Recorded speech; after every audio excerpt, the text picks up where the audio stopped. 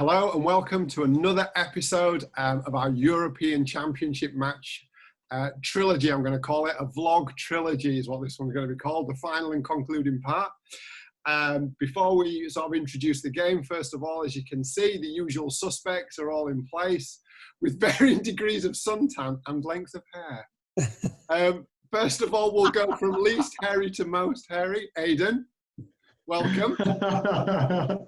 All good. I've been stuck inside all day working, so that explains the lack of tan as well. Oh dear, it has been roasting, absolutely roasting. Next amount of hair, Gary, clearly you have been outside, I think, all day. Yeah, I have, yeah, as you know. And yeah, it's nice to be in the middle of something, to be the medium guy. I'm not the sort of the oldest guy, or you start with the oldest or end with the oldest, so I'm not in the end. But yeah, great to be back and discussing football with my mates again. And I'll have a glass of beer, so everything's fine. Oh, tell you what. And then we come to, arguably, with me, joint most hairiest. Stephen, how are you? Very well, thank you. Very well indeed. Yeah, I've had a day out in the sunshine and a bit inside, and yeah, just all good, all good. The good news for all of us, except Aidan, is obviously hairdressers now open on the 4th of July. So we. Well, I'd like to say this is lockdown hair, but it's not. I tend to wear this regardless. I mean, I should add as well that our hairdresser's been open for about 2 weeks now, so I've had my hair cut. So compared to the first of the trilogy we did of these, you know, my hair looks a bit more sensible now. It was more like yours and Stevie's stew before. So my mum's going mad, absolutely going mad. Okay, so we've reached part 3. We started off with the 1988 European Championships final between the Netherlands and the USSR. Then we progressed to that absolute classic, which I believe is the anniversary of it today. The France versus Portugal classic. And then we finished with another classic, arguably for English fans all the wrong reasons, for Romanian fans absolutely all the right reasons. And we're at Euro 2000, the final qualifying, the final group game, where England play Romania. Obviously, I would say we won't spoil the surprise and give the score away early, but we all kind of know how this ends. But as per usual, I think we'll set the scene first, and we'll start with you, Aidan. I think, and a poor qualifying campaign for England. Very much so, and it got through 2 managers as well. So, and it started off with some iffy performances under Glenn Hoddle, and Kevin Keegan came along midway through the campaign in early 1999, initially giving a huge boost to the team. I think that if anything Keegan does well, it's bringing positivity and a boost when it's needed to lift morale and raise spirits. And that's what happened for England. They'd struggled initially with results against Sweden that hadn't gone well at the start, a draw with Bulgaria. They almost went behind to Luxembourg as well in the third qualifier. Things were not going well, but come along Kevin Keegan, just when you need a boost, and next thing you know, there's a Skulls hat-trick and a big win against at home. Suddenly things are looking slightly rosy. It didn't last that way. They struggled throughout the campaign, and in fact, they were thoroughly reliant on from the Swedes in the final day of the qualifying, after England had completed their schedule with another goalless draw with Poland. They relied on Sweden beating Poland to just sneak England into the playoffs, where of course Scotland awaited. It is, and sorry, before we get to that, I'll come to you in a second, Stephen, with regards to the playoff game, certainly the 2-legged playoff game against Scotland. But Gary, for you, obviously, Hoddle had been at Chelsea, and I suppose, this isn't a question, we're talking about essentially a fixture within a tournament, but Hoddle as England manager, is that a case of what might have been, or, would it have been no different to what we've already sort of seen with regards to major tournament success? It's one of those what-if questions, isn't it? And we lost Venables when Hoddle took over for non-footballing reasons. We lost Hoddle for non-footballing reasons, and when Keegan took over, he actually lost for footballing reasons.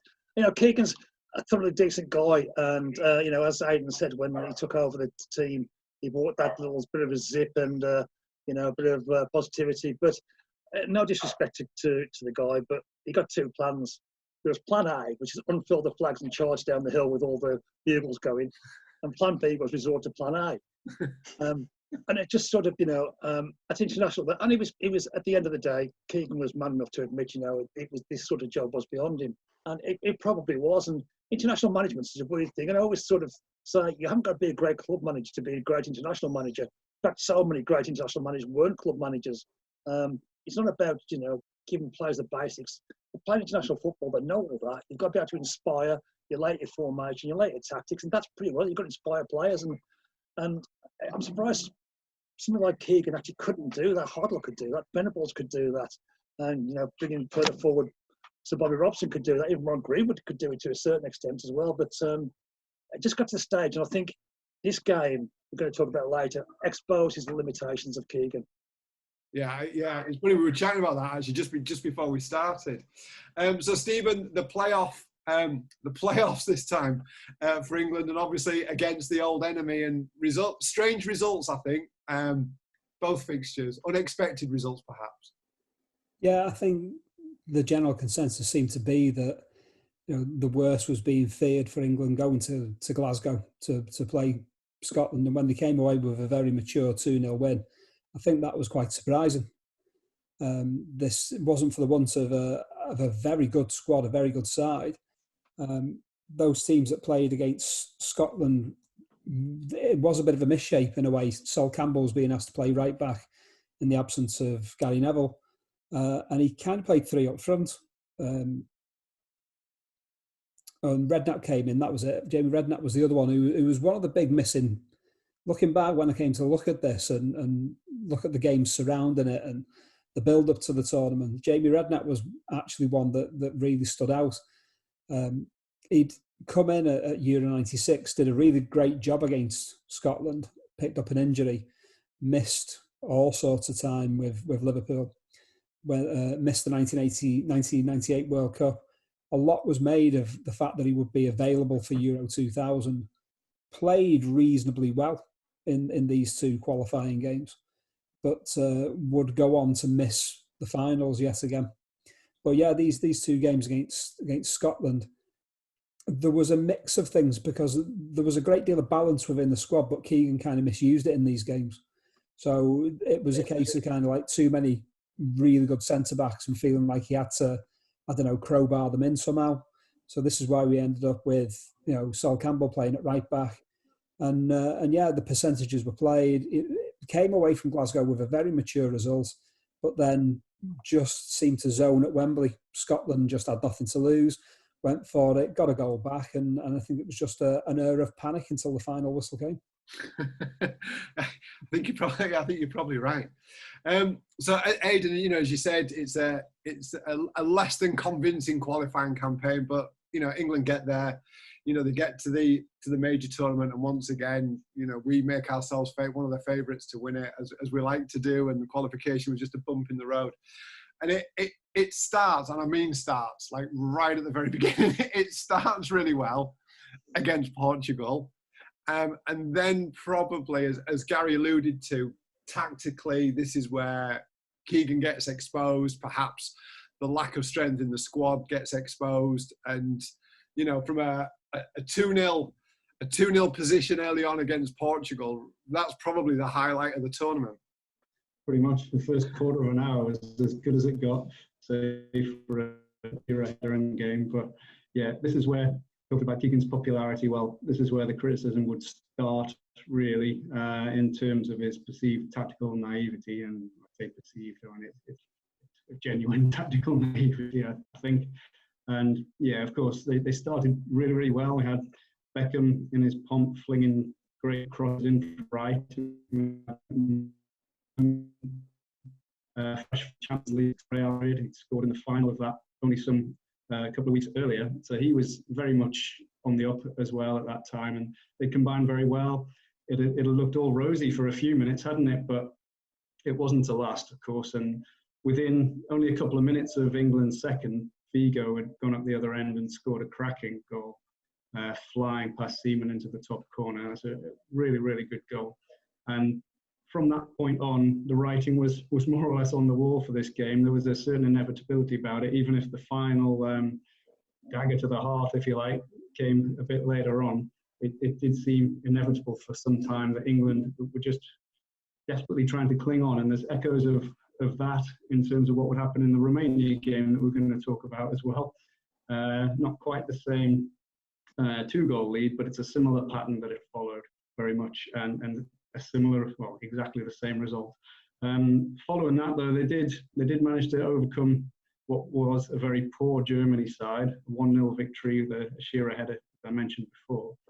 Possibly this lulled everyone into a little bit of false sense of security. I mean, this is England's first competitive win over Germany since the 1966 World Cup final, oddly enough, and that's quite some lean spell. So positivity abounded again following that, and England, of course, only needed a draw from the final game given other results. So, the feeling was, well, England had beaten Germany now. We didn't quite realise at the time just how poor Germany were, but England won. Positivity abound, just needed a draw against only Romania, as the English like to see it, even though evidence suggests otherwise. Gary, do you think as Aidan's there, that the Germany game masked a lot of what was wrong and potentially obviously wasn't the wrong, a victory can never be the wrong result, but perhaps left England, I'm not sure how to word this question really, but almost like a false sense of confidence, if you like, going into that game against Romania. Yeah, absolutely right. And, you see a lot of rivalries between teams, and you get Argentina against Brazil, you get Germany and Holland, England and Germany. They're perceived rivalries that almost rise above the tournament that they've sort of played in. And this was the case, when England beat West Germany, the first time they've beaten them since after over 34 years, I suppose. It's a massive result, and the problem is it was perceived to be more significant than it was. And as the guys have said, this was a massively poor German team. And Portugal, and in the final games, Portugal beat them 3-0 and could have beat them by 6 goals. It was a terribly poor German, a really unusually poor German team, and it did give England this sense of superiority that it doesn't take much to cultivate. But that sort of had people thinking, okay, well, we beat the Germans, we can beat anybody. But actually, we only beat the Germans, we couldn't beat nobody aside from the Germans afterwards. And I think the feel-good factor for beating Germany, especially with Keegan and his sort of cheerleading sort of sense of managership or coaching, it was sort of leading us to disaster. I mean, it might have seemed at the time, but when you look back and you're thinking, okay, guys, this would lead us straight into there's the light at the end of the tunnel is a train coming to smack you right in the mouth. It's a great analogy as always, Gary. Stephen, we'll come to you for as I'm now going to call you our resident Eastern European expert, as I've now just decided to anoint you with that title. So, I mean, Romania, this is a side, I mean, obviously, it's a good Romania side. It's a side that's possibly on the decline, shall we say. So, when we think about those great sides from the World Cup and certainly the 90s, some of the names are still there, but it's a team past its peak, really. It is. They're not as good as they were 2 years earlier when they beat England at the 1998 World Cup. Hadji's suspended. I think even if Hadji's there to play, he's past the Rubicon as such. He's still pulling out the magic, but this is akin to kind of like being Zico at the 1986 World Cup rather than the 1982 World Cup. But it's still a good, compact, organised side that play some very intricate, close control football. It is typical European football in a way that England cannot play. It's keeping the ball, it's playing the ball 10 yards at a time. If any higher than that, then it's targeted balls that are designed to reach a specific target. There's never any percentage playing that you get with British sides, certainly of that era. Just put the ball into a dangerous area and hope for the best. That's a very English thing. That's not something that happens across Europe and other countries. But yeah, You know, this was a good, I would call it a good Romania side, not a vintage Romania side, a good Romania side. But, you know, but even then they still had their own weaknesses. You know, that goalkeeper was absolutely shocking. You know, he was an absolute staley, absolute liability. You know, even when I came to watch this game, every time the ball went towards him, you know, having no vested interest in his well-being, it was a deep breath every time that he was called into action. You know, on Romania's behalf there. I mean, you know, we've come to the game, and you know, and this is, you know, probably, you know, obviously what this episode's about predominantly, but you know, it's been a very patchy campaign at best. It's been a playoff against the old enemy. You know, as Aidan said, it's a change of manager, a forced change of manager halfway through. It's patchy at best in terms of the first two games. It's false confidence, and so we come to this game, and you know, as you rightly say, Aidan, it's a draw will suit England. Only a defeat will knock them out. So that's sort of where we arrive at after the first 10-15 minutes of this discussion. Ultimately, we come to a game where, so long as England don't lose, they'll qualify. So that's where we're at. So the selection, Aidan, just talk us through how I came to watch it. I had to look twice that it was actually Dennis Wise that was in the starting 11. That had completely bypassed me, and I was like, Dennis Wise. Dennis Wise starting for England in a major international tournament, and yeah, that was just one of the many things that shocked me. But just talk us through that sort of starting lineup, because obviously there's the enforced change right at the back as well with the goalkeeper before kickoff.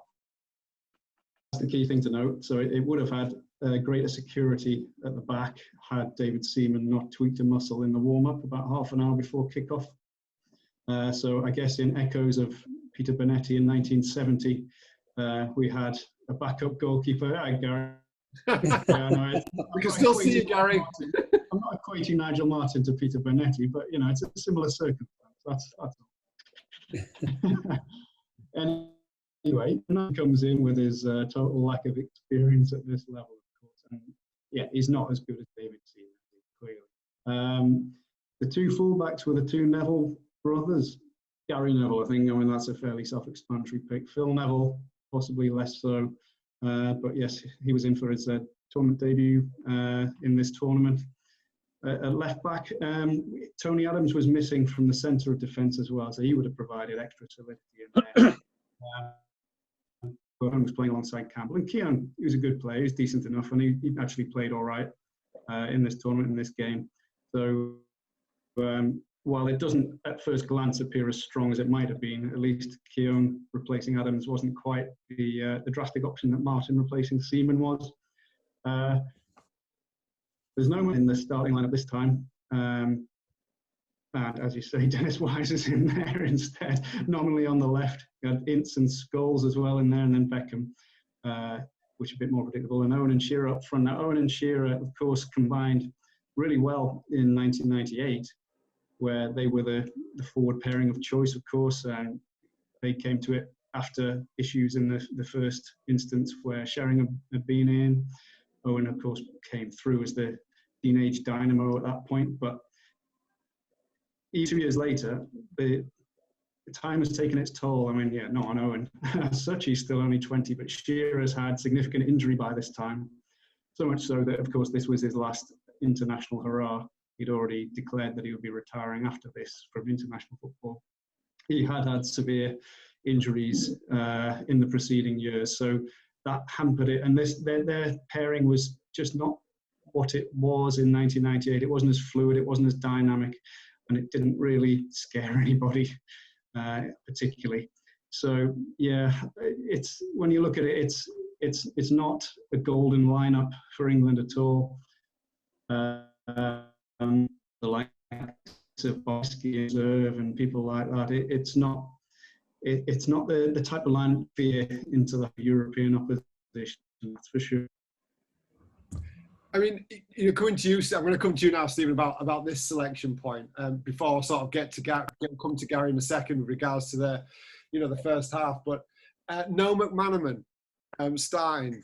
No. I think it was I think he picked up an injury in that Portugal game, if I remember it rightly. And he didn't play against Germany. And because they beat Germany, then he's not going to change a start, a winning lineup, basically, which was a shame, really, because McManaman was outstanding in that start of the game against Portugal. Scored his goal. He was dangerous all the time. He brought something to an England side that was lost on Glenn Hoddle. Hoddle sidelined him massively, and Sven-Göran Eriksson did exactly the same after Keegan. But Keegan tried to re-implement him in the way that Terry Venables had played him. He reintroduced a 4-4-2. He went back from 3-5-2 that Hoddle played to bring in 4-4-2. And yeah, he might well have made a difference. But the fact that he doesn't even appear as a substitute in this game probably hints that he wasn't fit. There was a lot of injury problems around that squad. Like I said, the Jamie Redknapp would have made a big difference. He played very well when he played for England around about that time. And a lot was made of how England could build a side around him. The fact that he was missing, the fact that McManaman picked up his injury early on, as Aidan alluded, Shearer's injuries, but Michael Owen as well. He'd had a season of hamstring injuries, and he wasn't fit. He didn't play much more than an hour in any of the games in this tournament. He loosely went off at round about the hour mark to be replaced by, I don't know, Heskey, maybe. Looking at the broader spectrum of the squad, though, it's a good squad. You look at the team and the players in that squad, it's actually a very good squad. Gerrard came on as a substitute there as what must have been 1920.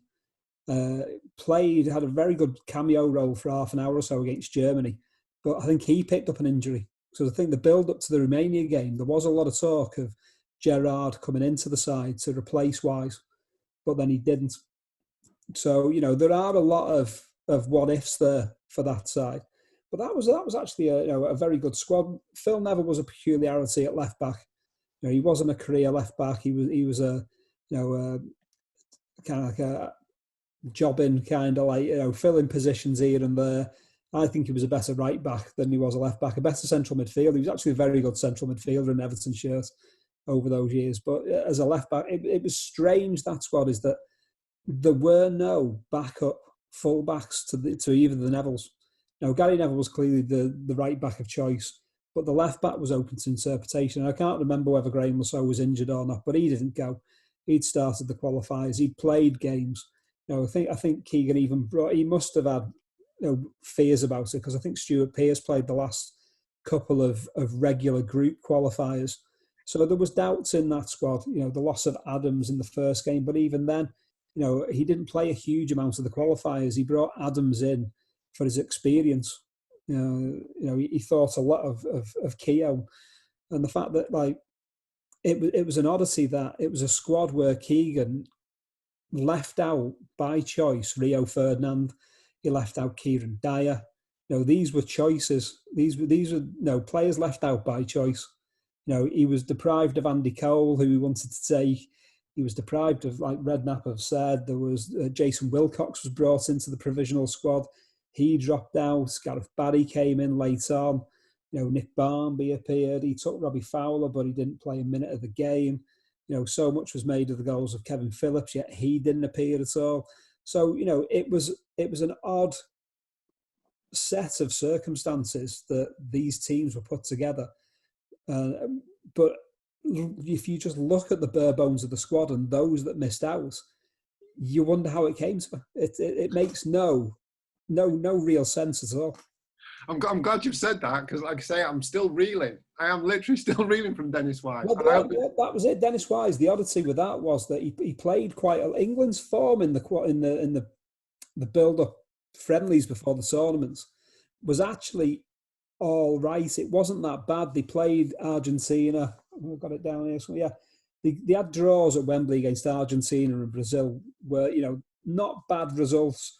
They beat the Ukraine 2-0, the last qualifier, the last friendly at Wembley before the finals, and then played this insipid kind of like poorly judged, friendly against Malta a few days before the tournament started.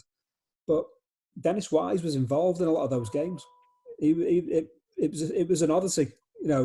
He played well for Chelsea that season.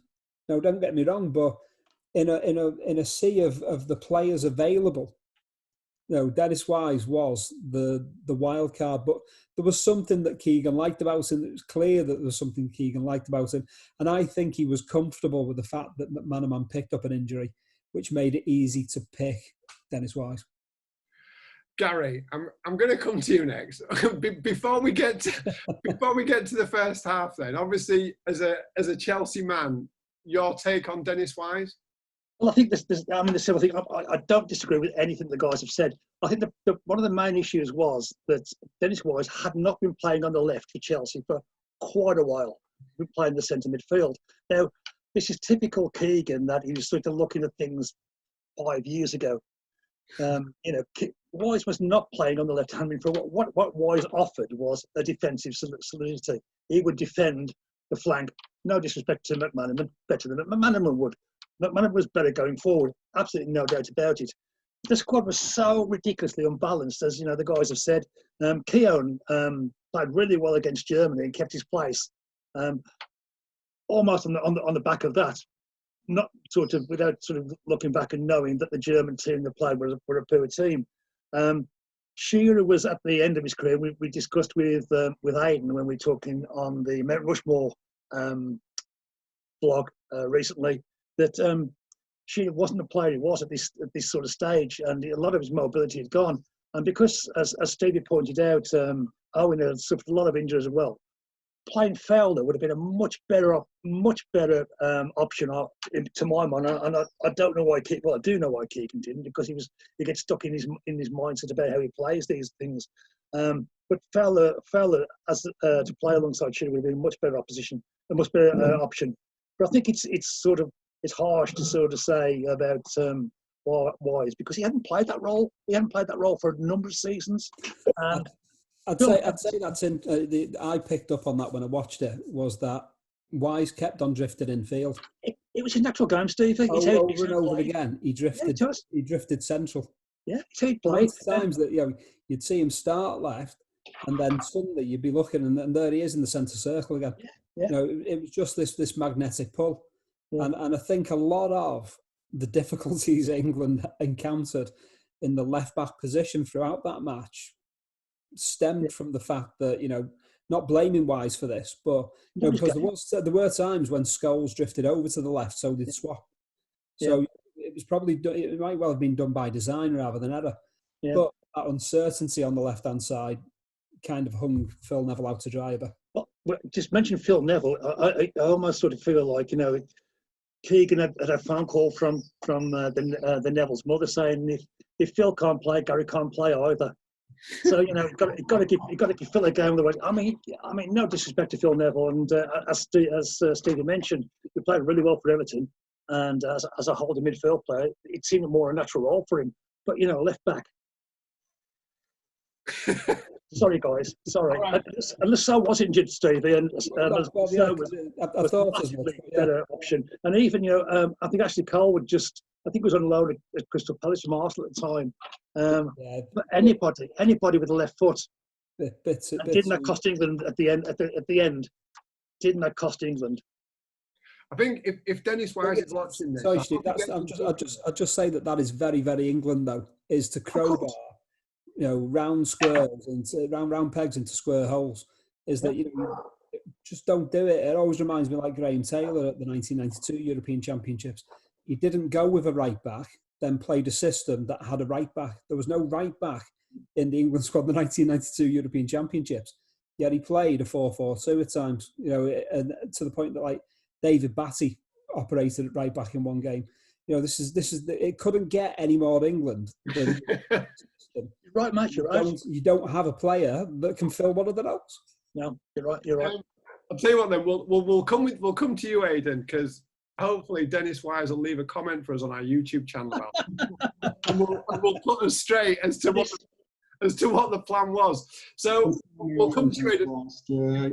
He's not popular in these parts. I'm sure. So if you give us the first 40 minutes, Aidan, we'll save the last 5 for Stevie, but the first 40 minutes of the first half. Okay. Well, it began, as it continued mostly throughout, with Romania dominating possession, dominating the forward momentum.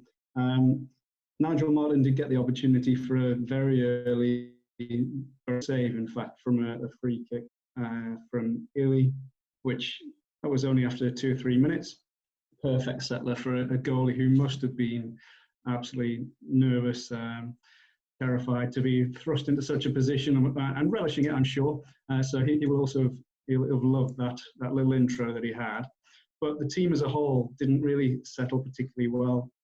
The Romanians clearly the more dominant. England flustered a little bit. Romania much more composed. It was midway through the first half when they took the lead. It was a slightly freakish goal when it came, but you know it kind of reflected the flow of things at the time.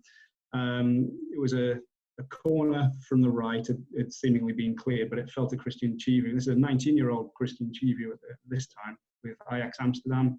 At this moment, he would obviously go on to big renown in Italy, particularly within the coming years. But he was quite a raw talent at this time, but he was a real talent on Romania's left. It fell to him, and he sort of chipped it back across, seemingly aiming for the attacker at the far post who was coming in. And even on the replays, it wasn't apparent straight away that it hadn't been that attacker at the far post who'd nudged the ball in. The ball kind of ended up in the net somehow, but when you see it closer, it hit the back post and wound its way into the net beyond Martin. He was unable to reach it. So yeah, a delightful little cross, but slightly freakish, but I think deserved on the way the play was going. And England were kind of rocking a bit after that. They were flustered. They couldn't settle again. Not that they had particularly, but it's the perennial age-old problem of being unable to hold on to the ball for any particular length of time. As the guys mentioned earlier, you know, the simple passes of 5-10 yards just to settle things and hold on to possession. That seemed a little bit beyond England. So they were very much rocking. Romania really should have made it 2-0 about 10-15 minutes later. Free header again. This was Illy. He was completely unmarked. A ball crossed in, and he flashed his header wide. It really should have been 2-0. England were panicking at this stage. You really couldn't see how they could get a grip on things and how they could control it. We mentioned the sort of imbalance in the side, and that was apparent in the way that Romania were dominating the way it's going.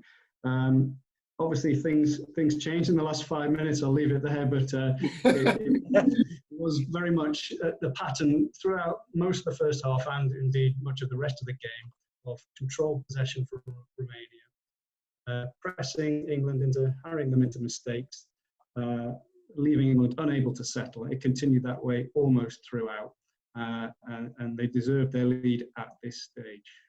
So well done, Aidan. Excellent match summary so far. So Stephen, 5 minutes to go, and it looks like Kevin Keegan's got a bit of a job on at half time. Like we said, as long as England don't lose, they'll progress, and they've managed to contrive to be losing with sort of 5 minutes left to go at the first half. And then obviously everything changes, and you can't help but wonder whether it changes for the better, but perhaps changed for the worse with what was to come in the second half. Yeah, I think it was Aidan that said it was that sense of, you know, a false sense of security almost. You know, they should have been going in at half time, you know, kind of like not disbelieving of the luck, but you know, with a, you know, a will to come out with a different plan. You know, they've kind of sleptwalked into a 2-1 lead on the half time interval. You know, it's a clear penalty, the equaliser. I think it's Instant brought down, and Shearer puts it away. You know, with Shearer like ease, and before you've absorbed that, then you know England are ahead, and you know there is a kind of sense of disbelief over it. You know, this isn't a great Romania performance. You know, there is luck in the goal they've scored, but they've been technically the better side. Scholes involved in the build-up to Owen's goal, and this is Owen's kind of introduction to the tournament almost. You know, his two previous performances haven't been anything up to his normal standard. You know, he's not. You know, he looked bright up until this point. You know, if you're looking for bright points in the England performance in that first half, Owen looked a little bit more like himself than he had done in the previous 2 games. Paul Ince is very, very busy. And I would actually say on Nigel Martin's behalf is that he actually seemed to play quite well. I think watching it, I was quite surprised in how well he played in this game. I expected something totally abject, but he made that really early save, which kind of like settled the nerves. He was quite commanding. He was maybe a little too eager to impress, which would eventually lead to what happened in the second half. But in this build-up to half-time, England really should have got into at half-time and then come out with a bespoke second-half battle plan to say, right, we'll try and pick off a third because Romania are going to come at us in some manner. Just make no errors. Owen, kind of prods it over the line. Again, as I said earlier, Stalia, terrible goalkeeper. If that's a different goalkeeper, this is like discussing a Shilton conceded England goal at a pivotal moment in England's history. This is kind of like, he's up there with kind of like Goicoechea, the Argentinian goalkeeper, who was, there's some goalkeepers who just feel like an accident waiting to happen, and Stalia was one of those. And this was a goal that kind of like ticked that box. Before we come to Gary in the second half, we've sort of talked about, you mentioned about sleepwalking into a 2-1 lead. Aidan's talked about, stick or twist. What do we do? Do you think it kind of not confused Keegan, but confused the side as to how to approach the second half? If you spent, from the Romania goal onwards, planning the second half, and then all of a sudden it changes within, and it doesn't just change, it completely flips. Do you think they froze, and decided not to make any decisions whatsoever? I think probably. I think there was probably a case of, well, let's see how the first 10, 15 minutes go. But I think that was just probably the most dangerous part of the game for England. You wouldn't have made, personnel changes at half time, but you'd have maybe, I don't know, widened the breadth of the midfield. You might have got, let's say Owen to drop deeper, to play like a 4-4-1-1, rather than a 4-4-2. To have had that extra man in midfield would have made a little bit of a difference. Could have even gone 3-5-2, with Neville playing the third, the right sided of the 3 at the back, and push Phil Neville into midfield into a more comfortable position for him. I think, like we say, that left-hand side is key to everything, and there just seemed to be no consideration to that. There was no foresight. So, obviously we come out for the second half, Gary, with no foresight, said Stephen. No real plan B. Well, not that they need a plan B at this point in time, but, and as Aidan, really succinctly put in, described England's performance, it's probably just the same again. It is, and you say we didn't need a plan B. We absolutely did need a plan B. We're one of the I don't know, should be leaking news out in advance, but the next magazine we do it's about sort of a language in football, and there's one of the things we're talking about is, in the one I'm doing, is scoreline journalism, and this was scoreline coaching, because the Keegan's reaction to the first half was, what's the score, not what was the performance like. And he reacted to the score rather than the performance. And, it was clear to anybody, who was sort of watching that game, that England would have been second best. And you need to do something to change that. You nicked a 2-1 lead, but don't go out and expecting another miracle. You've turned the water into wine once. You ain't going to do it twice, Tiger. So, let's keep a little bit of perspective somewhere. But he didn't. And, eventually England paid the price. And, it's interesting to Stevie saying about adapting the formation, and that's absolutely right. And although perhaps I'd sort of Shearer playing deeper to allow the Owens pace to keep the Romanian backlining a bit deeper. But England had an early chance to make it 3-1 and nail the victory. But Owens scuffed a volley wide. But England were playing like Premier League football. It was all thud and blunder. There was the only one team playing decent football, and it wasn't the guys in the white shirts. He had a chance, and he missed his shot, and Martin smothered it, and Shearer got booked for diving. And then, as Stevie mentioned, you know, right on cue, Owen was taken off. And it looked like England was sitting for the draw. And Romania, in the European Championships, all the European Championships up to date, let's count the games that Romania had won. None. They've never won a game in a European Championship finals. So, you know, I don't know whether Keegan knew that at the time. I suspect he probably didn't. But, you know, that was the attitude that England had, that, you know, they're not going to score. So let's lock it down. Let's keep it safe, and let's play at the draw and qualify that way. Asking for trouble, and, you know, Romania, the pressure kept building. Barnby came on for Wise, which may have been a better proposition from the start. He's one of the guys to play on the wide on the left. Mutu had a chance. Mutu came to Chelsea long afterwards, and he always looked a good player, but so many problems that guy had, so many personal problems in his life. I always think about Scholes in the game. For one of the most creative players in English football, it was almost anonymous. Now, I'm not sure why, and, you know, Steve had mentioned this earlier, that he drifted out to the left a lot as Wise came inside. Now, whether that was a plan, I don't know, but it certainly didn't just Scholes any favours. And, you know, this is a guy who, you know, is at his height, and probably England's most creative midfield player, and never really featured very much. And Scholes, then he came off, and Southgate went on.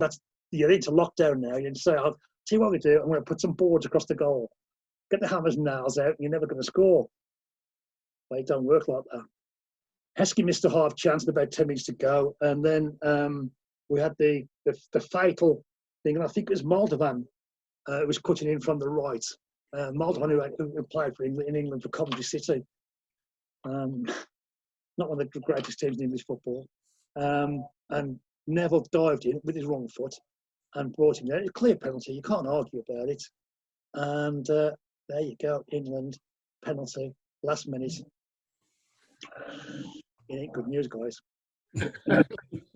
No, it isn't. And, you know, obviously it almost, I mean, Aidan, I don't know if you agree, but the result, I mean, looking back, you know the result. It's like when you watch Titanic, you know the ship's going to sink, but it almost had an air of inevitability. And when you watch it a second time, you know, obviously you're watching it live, but when you watch it a second time, that air of inevitability sets in relatively early. And England were just sitting deeper and deeper and deeper. And I don't know, that's where the inevitability comes from. You're just inviting pressure. I mean, England would go on to do this over the subsequent years under Eriksson as well. You know, they'd get to crucial games, get themselves in a position to win, sit back, and oh, it's gone. And that's what happened here. I mean, whether it was through design or through sheer lack of ability to do anything about it is debatable in this case. Romania, again, just dominant throughout, even though in the late stages they possibly didn't create that much clear cut until the crucial moment at the very end, of course. But the sort of the direction of play, it was all one way. It was all one way, save for the odd little sporadic effort up front where, as Gary mentioned there, Heskey had a little chance and he miscontrolled it and the chance was gone. Before you knew it, Romania were up the other end and had their golden opportunity, which they weren't going to miss. But yeah, I mean, the lack of ability or the lack of thought as to how to counter a game that's seemingly slipping in one direction, all you can assume it was the sheer will to think, well, this is 2-2. We just need to keep it at 2-2.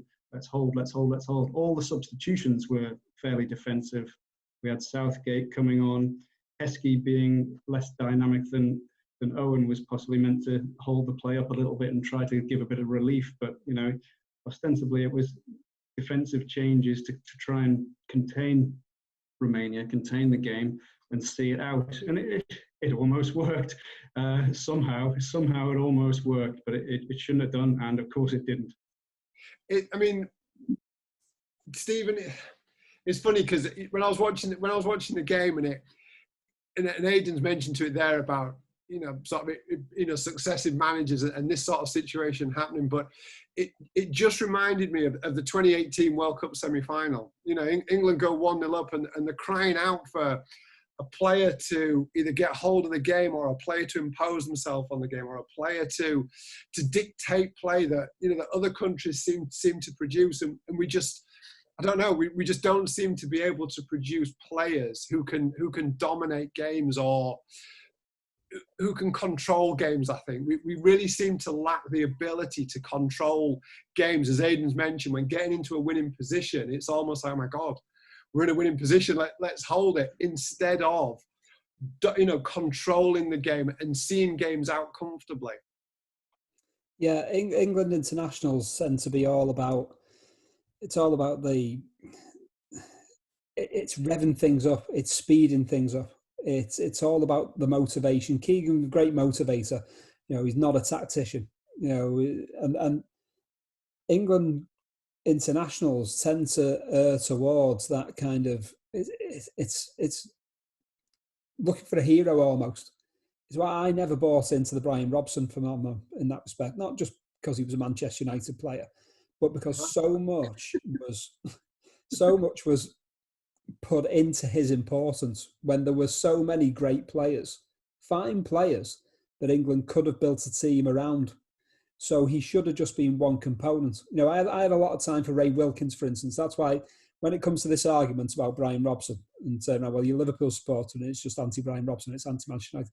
Well, no, because the man he played in the centre of midfield with for Manchester United was the one that had that ability, that third eye to slow a game down when it needed slowing down. And that's the type of player that England have really, really had. Steve McManaman could do that. He could slow the ball, he could retain the ball, and he could slow a game down when it needed slowing down. It's why he succeeded in the way he did at Real Madrid. And these are the type of players, and this England side did not have that. They had that kind of the gung-ho hero, wanting to be a hero, or the all-action hero. Paul Ince everywhere, every tackle, spilling of blood, cover every blade of grass. These are what I associate with England. I don't associate the concept of here's the ball player in the middle of the park and he will slow the game down. He will dictate the speed of the game. And he will draw the sting. How many times have you seen an England player in a big, huge, major tournament, massive game, be able to draw the sting of a match? I can't come up with one off the top of my head. And this is what, not just that England, but many Englands have lacked over the years. They've just not had that player that can draw the sting out of a game. I would agree. I absolutely would agree. And like I say, it's when I talked to, I mentioned to him about that air of inevitability, and I would add that. So I would add to that air of inevitability when I'm watching the game and seeing it tick down and thinking, and Aidan's right, Romania weren't all that great towards the end. It was almost as if they were becoming a little bit resigned to the fact that it was going to end 2-2. It was only an unnecessary penalty because Phil Neville does not have to dive in for that tackle. There are covering players. It's almost kind of like, I've lost my man here, I'm going to make a desperate challenge, but a lack of awareness of the fact that the three defenders closing down. And Nigel Martin's actually at a decent angle for where he's coming from. It's a needless occasion. But the big one for me was listening to the crowd. And one of the chants from the crowd was that we are England, we're not going home. And as soon as they were singing that with about 5 minutes to go, I was thinking, oh, you all know where your passports are.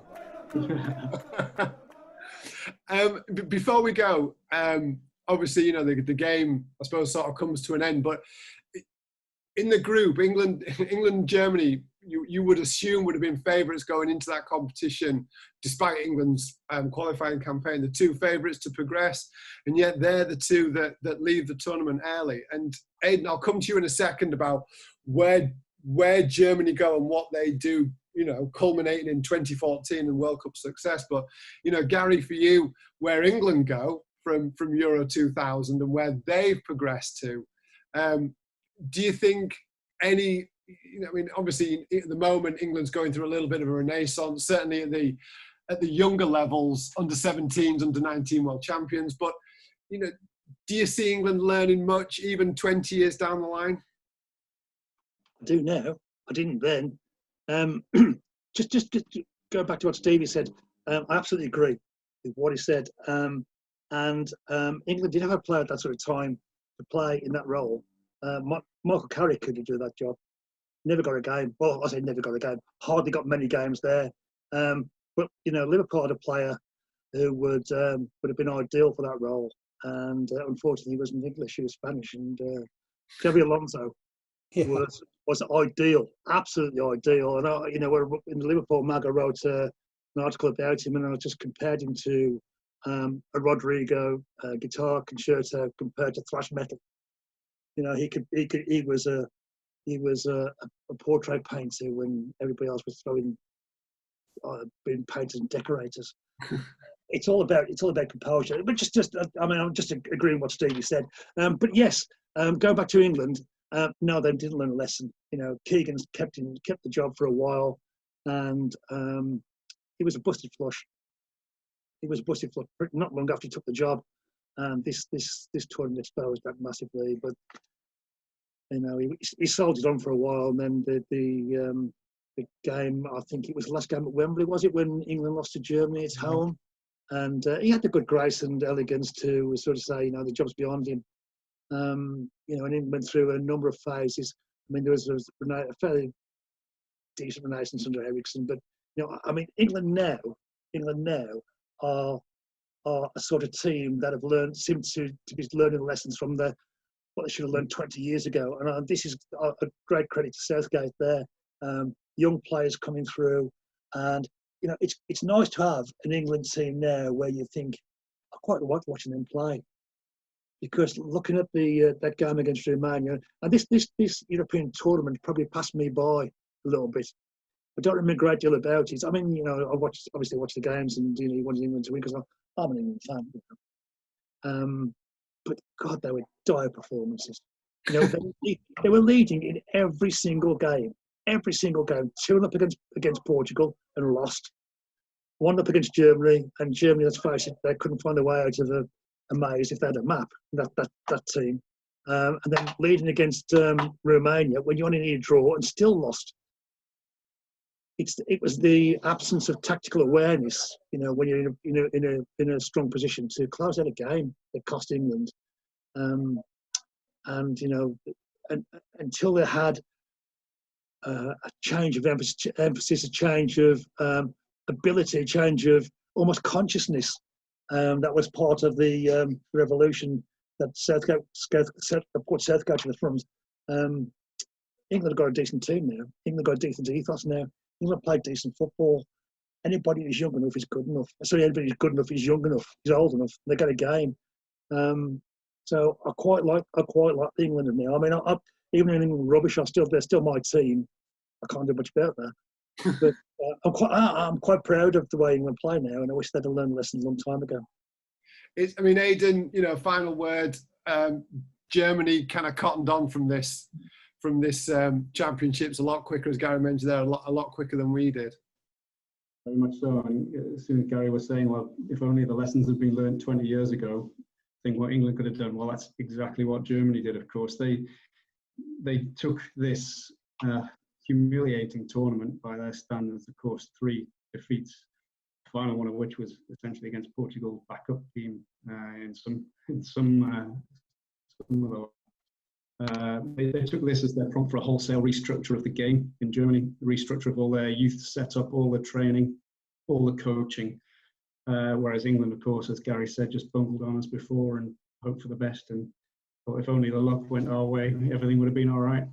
But Germany restructured everything. So there was, we've mentioned that they still won that game at Wembley that caused Keegan to disappear into the toilets to resign. But they were still a shadow of the team that they would go on to become some years later.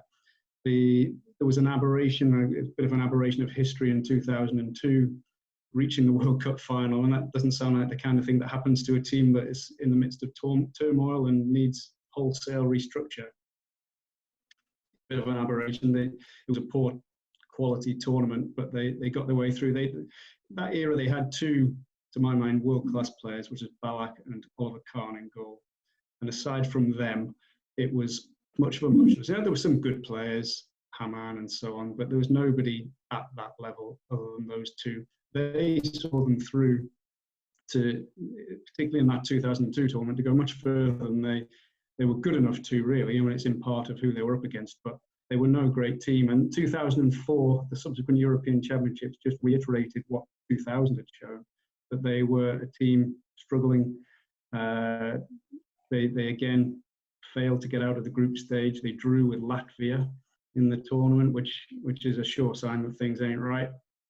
And again, it just exemplified the fact that change was needed, change was coming. And of course, off the back of 2000, all the youth development and coaching was geared towards churning out huge numbers of players with huge amounts of technical ability, comfort on the ball, all the things we've talked about England lacking over the years, the ability to put your foot on it, slow it down, keep it simple, play it safe amongst the midfield, just to keep the possession, just to keep the ball flowing and keep the game under control. Germany produced an awful lot of coaches to develop this. They set up a whole new academy structure to do this, and they, lo and behold, turned out an awful lot of top quality players, the peak of which obviously then culminated in the young Germany side that did so well 2010 and 2014 ultimately to win the World Cup.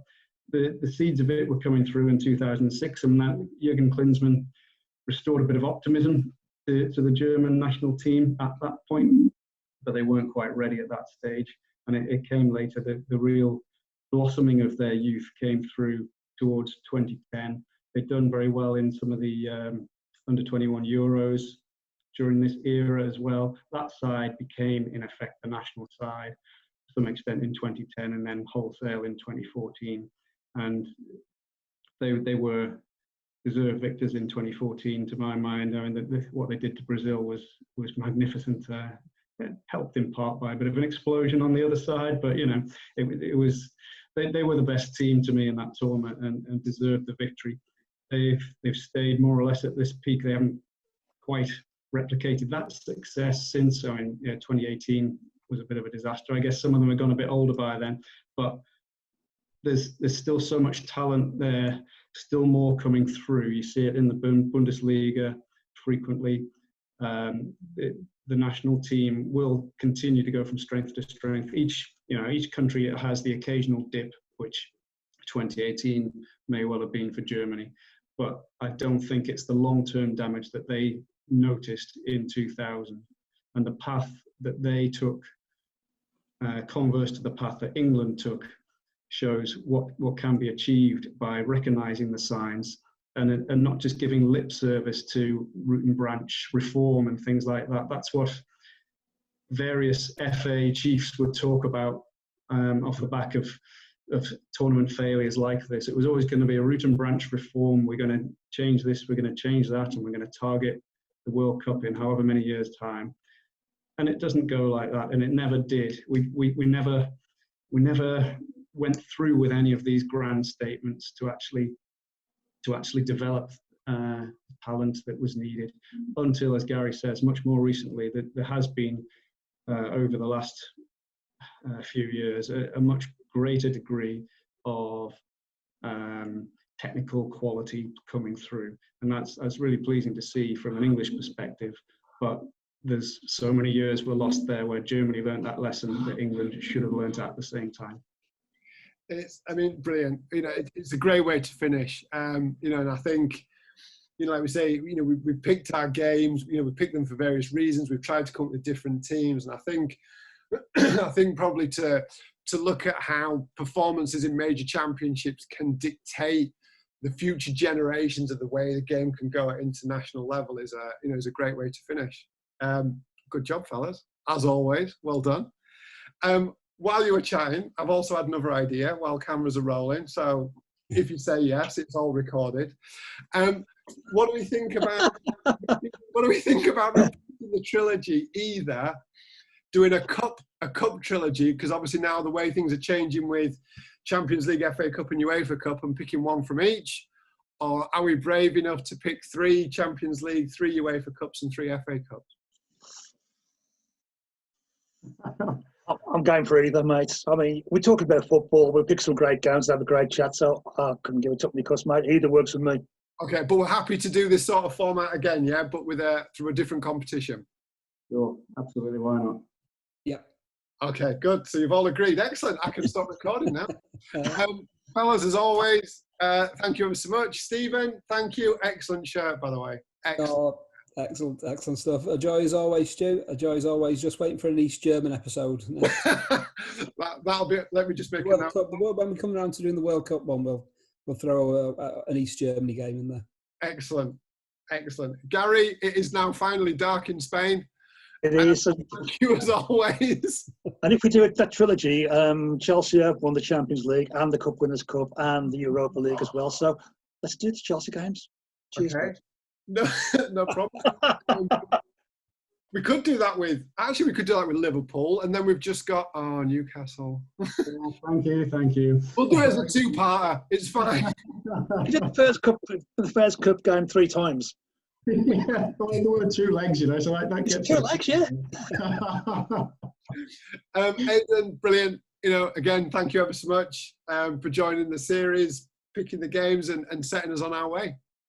All good. Really enjoyed it. It's been really good watching the games in full. That, you know, some of them we'd watched at the time and forgotten so many things about.